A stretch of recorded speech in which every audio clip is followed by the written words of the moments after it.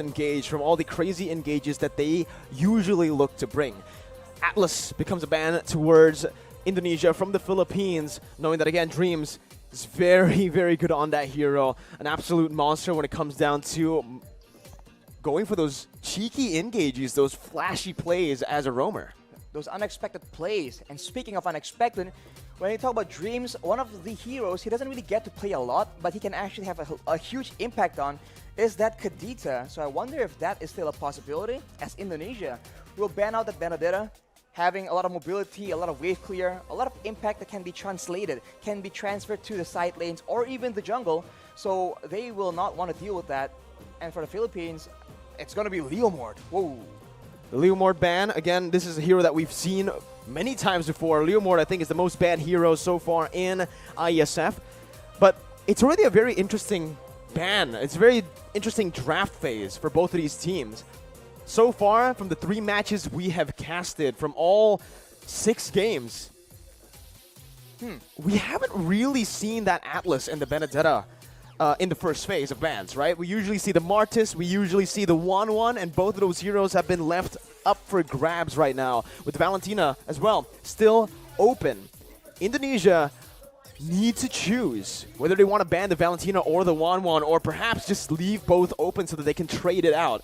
Remember, on the red side, you do get 2 picks. Meanwhile, Philippines will have to choose. It's going to be the 1-1 ban from Indonesia. Valentina wide open, especially on the hands of Team Philippines, which we know can be flexed in the mid lane and to the jungle. You have to wonder if both these teams have access to information that we do not, as the public do not, right? Because a lot of these bans, yes, they are also meta picks, but they seem slightly targeted as well. Valentina will be the main pick for the Philippines. It's very strong, it has good burst and utility, and it will allow the Philippines to play a bit of a mind game and confuse the drafting phase for Indonesia. But, ooh, the Kaja that we've seen being prioritized a lot by different teams. And as you mentioned, the Martis as well. There are a lot of options that Indonesia can try and use right now. Yeah. Indonesia, though, with the Kaja shadow pick, we haven't seen the Kaja go to the jungle here in IESF, which is pretty interesting, right? Because if you take a look at your ranked games, if you go on and play ranked, you should probably see a lot of Kajas in the jungle. And right now, I do believe Indonesia are going to pick up the Kaja to flex. We've seen it in the mid lane, we've seen it in the side lane as well, and even as a roamer. But the Faramis is going to be a pickup, another solid pickup for Indonesia. Meanwhile, Philippines, with no hesitation, instantly just lock in the Fredrin and the Beatrix. Another comfort pick for Philippines for their gold laner. The Filipino sniper. He is here to play for sure. And looking at the composition so far, it does seem like the Philippines have a lot more of a combo situation. They do have the big engage with a taunt from Fredrin, and they can combo the Beatrix, not only using the sniper, but with the Nibiru's passion as well, which is a lot stronger right now. For Indonesia, it seems like they have a better mix of pick-off potential as well. But of course, we have no idea just yet which lane are these heroes going to be put into. And whoa, that is a huge song for the first time, I think, in IESF. First time in IESF, the Yuzong makes his debut here in Bali. Just some dive, I guess, dive potential from the side of Indonesia to stop Beatrix from free hitting, and obviously to just threat that back line. Threaten the back line, as now we are going to be entering the second phase of the bans. Indonesia with the first ban. They're already looking towards, I feel, more of a dive composition with this whole comp. Indonesia with the Faramis, the Kaja, and the Yuzong, they're going to try their best to actually look for the all-in team fights, right? They do not want these team fights to go to distance, because if it does, Philippines have the heroes to take it. So far, they have a lot more DPS for sure, so the longer the fight draws out, the more the combo that Indonesia is going for will start faltering.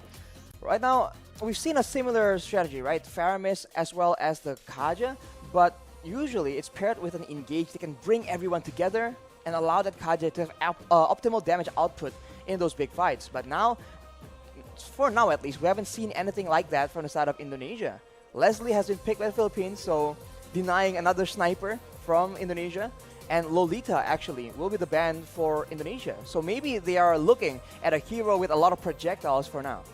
And I actually expected the Leslie to be picked up by Indonesia early on, right? The final pick of the first phase, the Yuzong, I expected it to be the Leslie. But now, because it has been left open, hasn't been picked up, Indonesia are going to have to start prioritizing Brands' hero here as they go for the ban towards the Paquito. Oh, 2 bans towards the XP lane, I do believe, with the Benedetta and the Paquito. Philippines still without a jungler. But I think Indonesia are just trying to just take that Paquito away, knowing that it's a very good flex pick. And currently, Philippines, they have the Fredrin, they have the Valentina. We've seen Wise play both Fredrin and Valentina in the jungle. So that's the threat that Indonesia really needs to think of constantly. And you can already see Philippines with a very smart approach through the second bans, trying to shut Brands down here with 2 marksman bans. Leslie and Claude, only the Irithel being ready, opened up here for Team Indonesia. And Arashi, the Irithel up against the Beatrix here, up against so much dive as well. A lot of CC. Might be a risky pick for the side of Indonesia. But it is the best pick, in my opinion, looking at it right now, with all the bans. Maybe something crazy will come up, but it definitely shows that the Philippines want to have advantage in the late game. That Leslie and Claude are both very late game heroes, so maybe Indonesia can throw a curveball and pick a very aggressive early game hero instead. But no, it will be the Melissa. It still has a lot of AoE and a lot of potential to push away all these heroes that can pose a threat to the roster, at least the backline of Indonesia. So a very counter-smart approach as well. But finally, Philippines are going to round out their team composition. It's going to be Lapu Lapu. Will it be the signature as well? You got to do it, man. You got to do it, man. Do it. Come Philippines hovering over the signature pick. The M3 Blacklist International skin.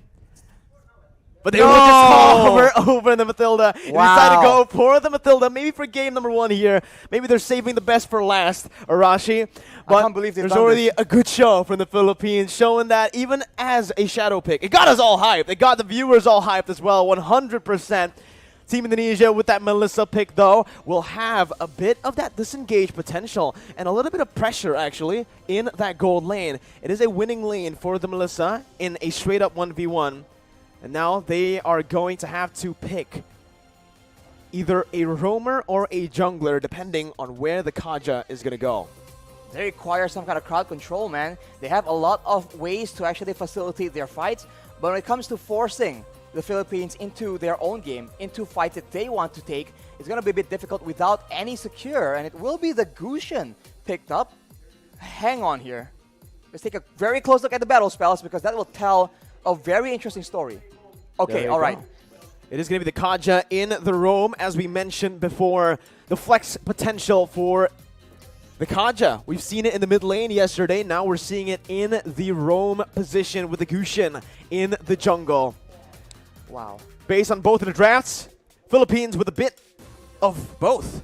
So both of the drafts has a lot of dimensions to play with, a lot of win conditions to play around, with the dive being there to pick as well, and even the kite back, front to back. I think the kite back, that is the main concern here. For the side of Indonesia, they have one big engage tool. They have the Divine Judgment from Kaja, and if that doesn't work out, or if the Philippines put Purifies on their main core heroes, this is going to be a very difficult game for Indonesia if they want to try and snowball, if they want to try and wreak havoc in the plans of the Philippines. Because we know, when it comes to those strategic, slow maneuvers, the Philippines have a bit of an edge. At least that's what the public will believe. Well, we'll see how the match plays out here, Rashi, as we are going to get ready for the game. We're going to get ready to enter the portal, to enter the Land of Dawn for Team Philippines versus Indonesia on the opening match of day number 2. We're going to dive straight into the Land of Dawn, ladies and gentlemen, for Indonesia versus Philippines. Wow, honestly, the early game is going to be so important here, because at any moment, right, any one of these teams, they can actually get an advantage, and if they do, both Indonesia and Philippines are notorious for taking that kind of lead and actually using it as efficiently as possible and punishing every single mistake. And if they do that, they can set the tone for the mid to late game all the way since as early as the 2nd or 3rd minute. You can see in the start here, both teams wanting to go for just a normal start, not really going for anything too aggressive early on. They both just want to clear their camps, get to a point where they can finally actually deal out some damage, the burst, and obviously use those power spikes well. Here, Arashi, with the pathing of both of the junglers, it does feel like they want to play towards the side laners a little bit early as well. We've also seen many times that Del Rosario on the utility junglers really likes to go and clear that gold lane to help the Beatrix out. Well, the early game, it's going to be so much pressure, so many things for the roamers to do, right? Because in the early game, it's always about how the roamers can facilitate. Will they move towards the gold lane? Will they move towards the mid lane? You know, once you get one of your laners ahead, that will allow you to use that lane as the basis to make plays happen. Well, here it is once again, 2 minutes in, and it's going to be Team Philippines who has a bit more pressure around a turtle with the Black Dragon form being popped in. It's still going to be Del Rosario who secures the retribution on the turtle. Divine Judgment going to be popped in towards Potapop, but it's not going to work. That is a very, very tanky hero. And you can see that despite all the burst damage being used by the Indonesian team, you do see that the Lapu-Lapu, man, is just so tanky. And we've seen this from Malaysia yesterday, actually. Formace able to 1v4. Maybe we'll see a similar play out for the Philippines in the bottom side. 2 minutes in, it's already a neutral objective secure for Team Philippines. And now they're going to look, again, just to play it calmly, play it efficiently. And that's exactly what they need to do. They do not need to go for anything too aggressive here when they have the lead. For the Indonesians, they need to make sure that they abuse that Cult Altar as much as possible. They do have the Black Dragon form as well, so those objective takes are going to be very much in their favor, only if they are able to actually get an advantage and actually capitalize on the fact that they have a bit more crowd control and they have a lot more utility that they can actually abuse to force the Philippines into a tough spot. But of course, if they do go too aggressively, there is a Lapu-Lapu, there is a Valentina, so a lot of counter-engage potential from the side of the Philippines. Well, here it is, another engage coming in, and that's going to be Dreams taken really low. First blood over to Philippines as they're looking for more. That's the IMU doing work, stealing away to the Divine Judgment and picking up another for Imam in the mid lane. That is what you have to be aware of, man. If you don't want to deal with the engage, you can engage on the engager, and that is exactly what the Philippines have done. They take out Dreams, and they hunt for stragglers afterwards. They have the tempo in the game right now, and if you look at the side lanes, that is where the action will start building up. Because with pressure in all the lanes from the Philippines, they're going to try and cut into the jungle and cut off members of Indonesia from their